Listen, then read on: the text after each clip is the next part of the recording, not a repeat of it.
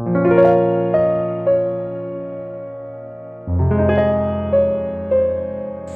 the name of the Father, and of the Son, and of the Holy Spirit. Amen. Dear brothers and sisters, I welcome you to this channel on this day, Friday of the 29th week in ordinary time. I want us to reflect on the theme, we are all children of the same Father. In our first reading, St. Paul challenges us as Christians to live life worthy of our Christian calling. And for us to live this life, we must put these virtues in consideration.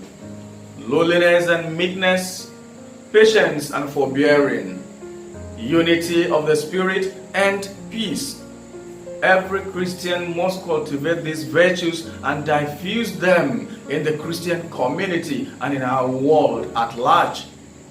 Today, my brothers and sisters, we have many Christians everywhere in the world, yet these virtues are rarely seen exemplified. The world today cries for unity, love, and peace. These, my brothers and sisters, put a clarion call on all Christians to be instruments of peace, unity, and love.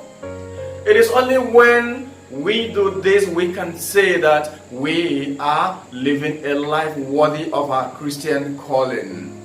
When we become instruments of peace, love, and unity in the world, we interpret rightly and justly, just as we have in the gospel reading. We are interpreting the signs of the time. And when we talk about sign of the time in the gospel reading, what do we actually mean? What is Jesus trying to say? It means that we know the presence of Jesus in our lives as Christians, and Jesus is the Prince of Peace.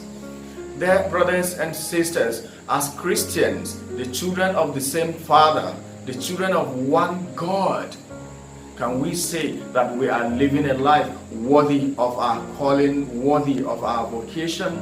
Are you an instrument of peace in your office or business? Do you diffuse unity and love wherever you find yourself? It is only when we do that we can say that we recognize the presence of Jesus in our lives and we are judging rightly and correctly.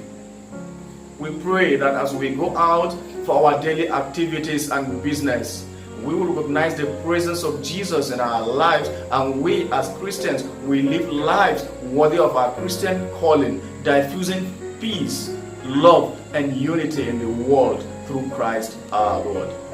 Peace be with you.